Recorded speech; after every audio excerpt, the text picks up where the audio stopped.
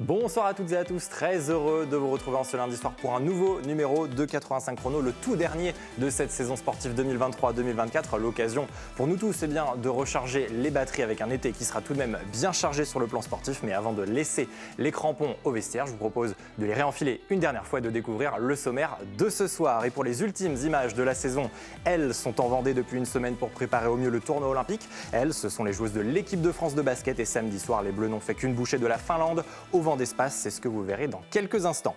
Le week-end était aussi marqué par un incontournable rendez-vous de triathlon, celui de l'Ironman 73 des Sables d'Olonne. L'épreuve offrait une nouvelle fois un plateau très relevé et conséquence, des records sont tombés. Un peu plus au nord, eux ont fendu la mer samedi soir à l'occasion de la course des As des Foulées du Gois, une 36e édition record et qui a tenu toutes ses promesses. Nous y reviendrons et puis enfin nous prendrons la direction de Chaland pour parler badminton, puisque le club chalandais organisait ce week-end de son tournoi national. Voilà pour le programme de ce soir. Nous sommes le lundi 1er juillet 2024. 85 chrono dernière, ça commence tout de suite.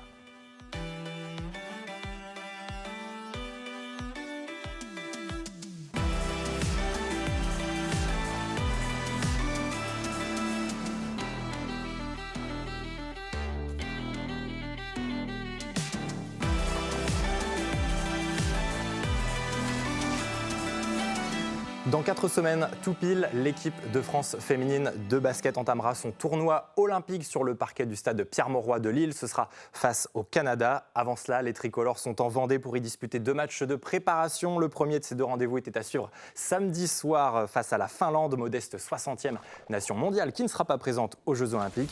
3500 spectateurs avaient garni le vent d'espace pour donner de la voix et porter des bleus bien supérieurs sur le papier puisque le groupe du sélectionneur Jean-Aimé Toupane gravite à la 7e place mondiale. D'entrée, la maladresse des Finlandaises contraste avec le tranchant des tricolores à la récupération et en contre. 10 premières minutes de haute volée pour les Bleus, symbolisées par une adresse au shoot remarquable, 85% de tirs convertis, à peine 30% côté finlandais. La différence est bien marquée au tableau d'affichage. La France mène 33-15. La suite va tout simplement s'apparenter à une leçon de basket muette pendant 5 longues minutes. La Finlande bute sur la supériorité athlétique du collectif français. À la pause, le score est sans appel, 69-23, 46 points d'avance pour la France. Le match est déjà plié. Avec ce résultat déjà acquis, Jean-Aimé Toupane va en profiter pour donner du temps de jeu à toutes les joueuses inscrites sur la feuille de match. Le groupe français actuellement composé de 18 joueuses sera d'ailleurs réduit d'un tiers pour ne plus compter que 12 joueuses pour le tournoi olympique. Et sur le parquet de Mouilleron-le-Captif, l'occasion était donc de se montrer. Tout réussi aux coéquipières de Marine Johannes et Alexia Chéry. La barre des 100 points est franchie à l'issue du 3e quart-temps, 102-34. Dans une fin de match plus débridée, les Françaises lâchent du lest mais font plus qu'assurer l'essentiel. Victoire 129-50 à 2 unités du record historique du plus grand nombre de points inscrits dans une rencontre officielle. Pas de record donc, mais une très belle partition quasi parfaite samedi soir. Sarah Michel et Valériane Ayayi, les 2 joueuses les plus capées de ce groupe France, ont répondu au micro de Sandrine Pelletier. Elles sont suivies de leur sélectionneur, Jean-Aimé Toupane. On avait à cœur de démarrer cette préparation bien, mettre beaucoup d'intensité. Bien sûr, tout n'était pas parfait, mais en tout cas, sur l'intensité de course, l'intensité défensive, on est présente ce soir. C'était le plus important et petit à petit, on va peaufiner un peu les détails et les petites erreurs. Mais ce soir, on est contente parce que voilà, on met de l'intensité, on retrouve le public, on se rapproche un peu plus du vif du sujet. Donc, c'est encourageant pour la suite. C'est pouvoir répondre aux exigences et aux demandes du coach avant le match. Voilà, il avait pointé quelques points clés sur lesquels je pense qu'on a dans l'ensemble bien répondu. Après, voilà, pour nous, c'est s'en servir d'entraînement. C'est des entraînements supplémentaires, c'est des associations qu'on n'a pas forcément l'opportunité de faire aux entraînements. C'est aussi une opposition différente. Donc nous on s'en sert. Je sais que le match de lundi, il sera oui ou non différent. Ça on verra lundi. Mais voilà, c'est à nous d'utiliser toutes les opportunités qu'on a parce qu'elles vont pas être nombreuses pour pouvoir travailler en tant qu'équipe. Ce qui nous intéressait nous, c'est déjà de voir ce qu'on a essayé de mettre en place depuis 3 semaines. Voir si on pouvait les valider, en tout cas sur ce match de ce soir. Moi, j'ai bien aimé en tout cas la valeur athlétique et physique de nos filles, parce que c'est un aspect du jeu qu'on travaille depuis déjà pas mal de temps, avec le suivi qui a été mis en place par rapport aux filles. Je pense qu'aujourd'hui, à ce niveau-là, si on n'a pas ce prérequis qui est la valeur athlétique et physique, c'est compliqué. Après, d'un point de vue basket, on a voulu en tout cas relancer vite, comme les filles vous l'ont dit tout à l'heure. et surtout partager la balle. Donc, on a eu de la réussite. Forcément, peut-être que ça pouvait paraître facile, mais en tout cas, il y a eu cette volonté en tout cas, de se passer la balle et d'essayer de trouver la joueuse la plus démarquée possible. Et second et dernier rendez-vous en Vendée pour les Bleus, c'est dès ce lundi soir à 21h avec donc la deuxième affiche toujours au Vendée Espace face à la sélection finlandaise. Images et réactions à retrouver dès demain matin à partir de 7h dans la matinale de TV Vendée.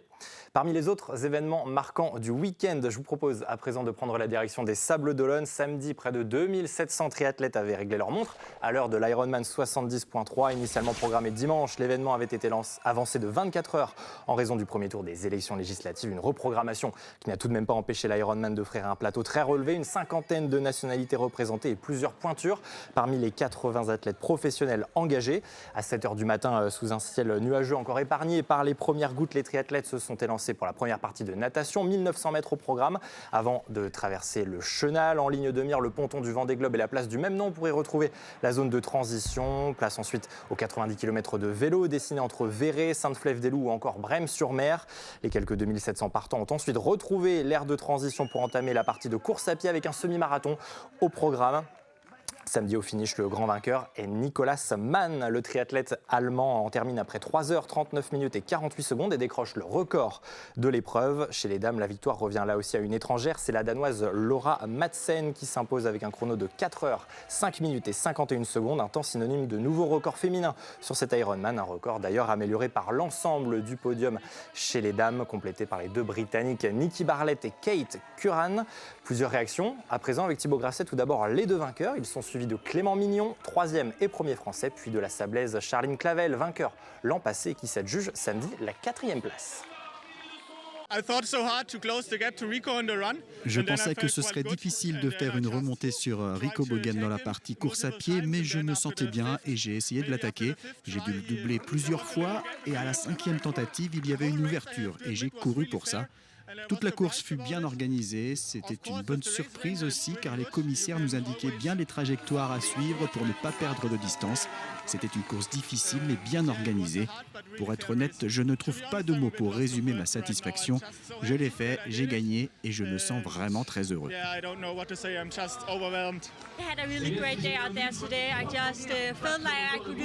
Pour moi, ce fut une grande journée. J'ai fait beaucoup d'efforts pour pousser sur la partie vélo et la course à pied et c'était incroyable. Vers le 20e kilomètre, j'ai constaté que personne ne me poursuivait. J'ai su alors que je pouvais l'emporter. La course est géniale, je suis contente d'y avoir participé et de gagner, c'est vraiment incroyable. Donc, je suis vraiment très content de ma course et surtout de finir sur le podium. J'étais mal parti parce que j'étais 6-7e au début de la course à pied. Malgré un bon vélo, ça a été très, très solide dans l'ensemble. J'ai fait des super watts, pas loin de mes records et malheureusement on a posé à 7 voire quasiment 8 le vélo. Donc voilà, après très content de ma gestion de course à pied, je me suis pas enflammé, je suis parti assez doucement pour bien finir. Et voilà, je savais que ça allait être rapide, il y avait des bonnes conditions aujourd'hui pour faire une course rapide, donc voilà, très content. C'est vrai que ça rassure sur des concurrentes comme ça, je savais que ça allait partir fort après à pied, donc j'étais plutôt bien placée. Et à pied, là, c'était focus, essayer de tenir au maximum. Ça a été dur dans le premier tour, dès que ça remontait un petit peu, je sentais que j'avais un petit peu mal aux jambes et tout. Mais voilà, je suis quand même contente d'avoir maîtrisé mon écart et d'avoir maintenu cette 4e place. Moi j'adore courir ici, ça me tient toujours à cœur de cocher ce rendez-vous-là. Et puis voilà aussi de savoir que l'année prochaine il y a un full qui risque d'avoir lieu, forcément, je l'ai dans un coin de ma tête et je pense que ce sera un bel événement. On a appris il y a 15 jours, 3 semaines maintenant que l'événement ne pouvait pas se tenir le dimanche. Suite à ça, on a dû remobiliser les troupes. Donc ça passait par l'équipe d'organisation, restructurer ce changement de date et à partir de là, communiquer les informations à nos athlètes, à nos bénévoles. On était dans tous les cas sur 3400 inscrits sur cette épreuve et ce matin on était environ 2700 au départ. Donc on estimait initialement avant ce report 2850, donc on n'a pas perdu beaucoup d'athlètes disons, suite à ce changement de date. On était sur un événement Pro Series cette année, donc avec un plateau professionnel plus relevé que ce qu'on avait l'habitude de connaître. On a voulu également apporter des changements effectivement sur la course. Donc on a pu proposer aux athlètes de courir sur la jetée, de pouvoir faire un demi-tour autour du phare et un nouvel aménagement de la ligne d'arrivée pour proposer une expérience de course qui soit différente, avec une forme un petit peu d'arène. Donc on est très content de ce schéma-là et dans tous les cas avec la volonté de proposer une expérience la plus extraordinaire possible aux athlètes. Et prochain rendez-vous pour l'Ironman des Sables, ce sera l'an prochain, notez-le à l'agenda, le 22 juin 2025 et cette fois dans son format full, c'est-à-dire en doublant l'ensemble des distances natation, cyclisme et course à pied. Et en triathlon, toujours, si les projecteurs étaient largement braqués sur les Sables d'Olonne ce week-end, un autre rendez-vous de la saison se tenait à Bordeaux. C'était samedi avec la 3e étape des championnats de France des clubs de première et deuxième division. Chez les hommes, tout d'abord, en première division, c'est Metz qui s'impose devant Liévin et le Saint-Jean-de-Mont-Vendée triathlon. Les Montois Louis Vitiello et Nathan Graillel en terminent en 5e et 6e position en individuel. Au général, vous le voyez, Saint-Jean-de-Mont se maintient en 5e position, reste devancé par les Sables Vendée triathlon. Les Sablés qui ont eux signé une 5e place sur l'étape bordelaise et s'affiche en 3e position à l'issue de ces 3 premières étapes. Et puis un coup d'œil aussi sur le classement général de la D1 féminine, une division qui compte cette année dans ses rangs les Sables Vendée triathlon. Les Sablaises terminent en 5e position samedi, victoire d'Issy les Moulineaux. Poissy et Val-de-Grès complètent le podium à Bordeaux. Au général, les Sablaises grimpent d'un rang et occupent désormais la 8e place. Il restera encore 2 étapes avant de boucler ce championnat de France.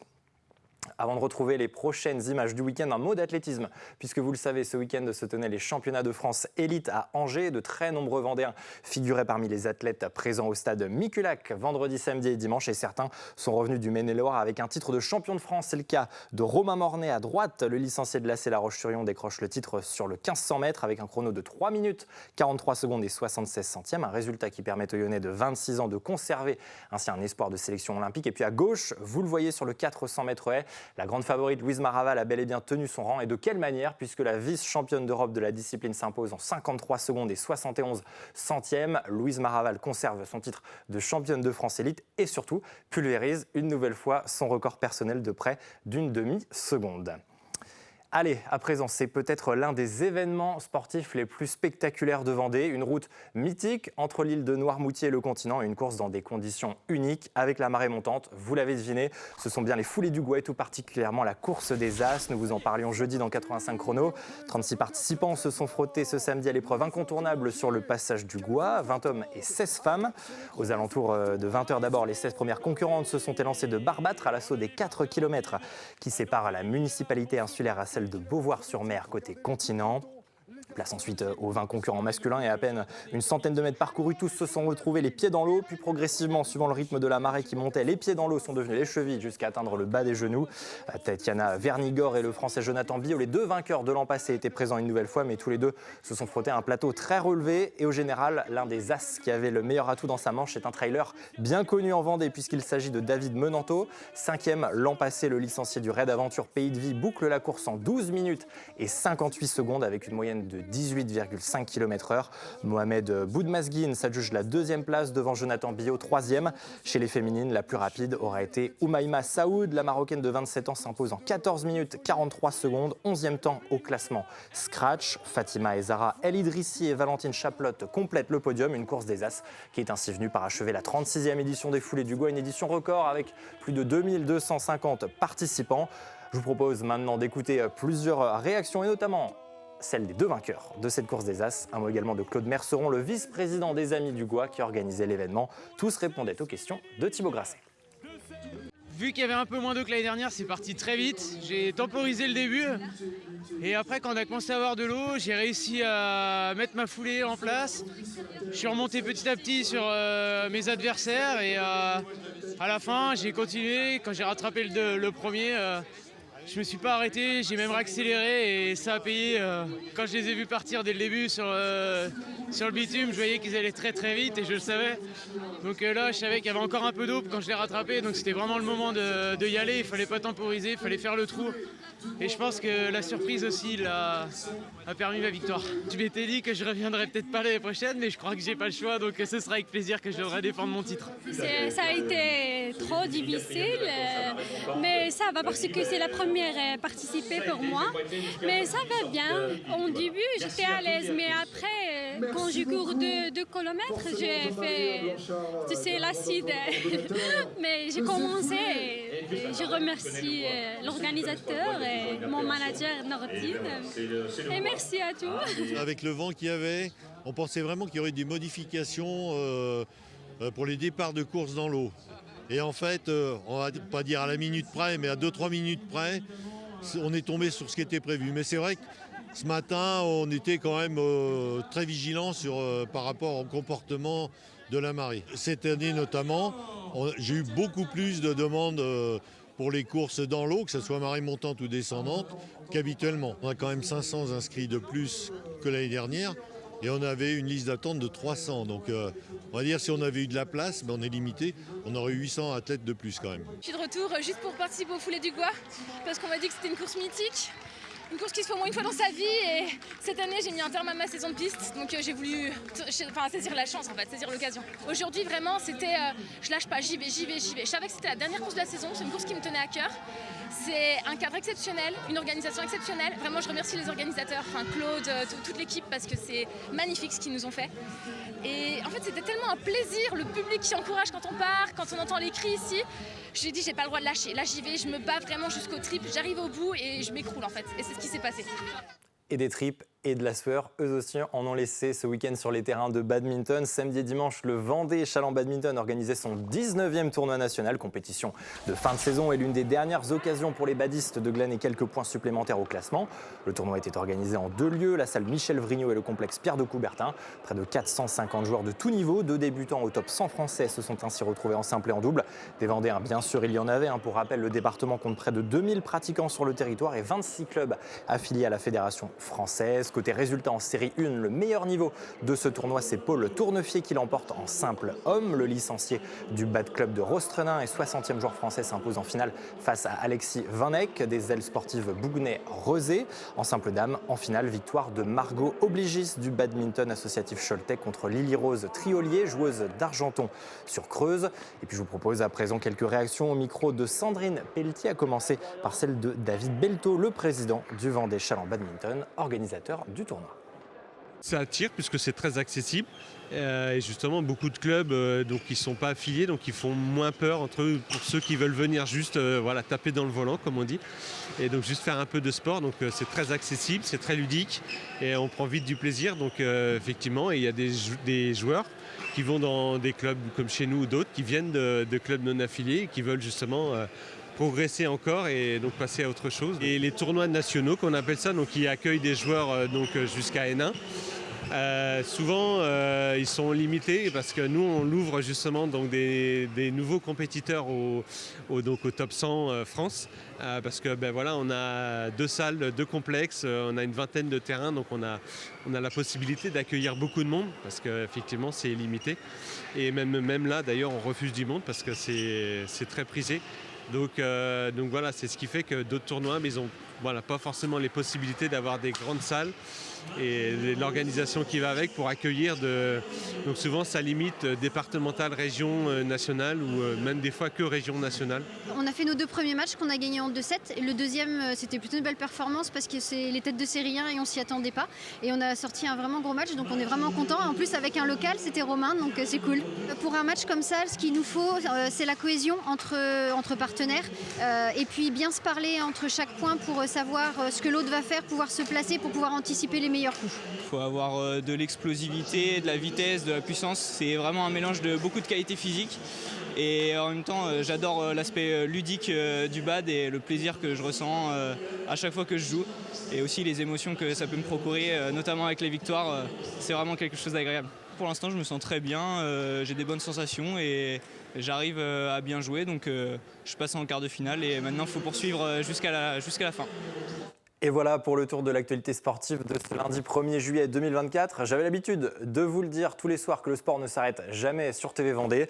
Eh bien, je la garde au chaud, cette formule, car 85 chrono s'achève ce soir, en tout cas pour cette saison. L'occasion de remercier tous ceux qui, au fil de la saison, vous ont proposé toutes les images sur les terrains de sport. Sandrine Pelletier, Thibaut Grasset, Daniel Lelanne, Ambroise Robet, Cédric Manet et Julien Comte. Un grand merci aussi aux équipes présentes à la réalisation, à la technique des émissions, Jean-Frédéric Barré, Stéphane Martins, Olivier Goupille et Marion Blin. Et puis un grand merci à vous, bien sûr, pour votre fidélité toute cette saison.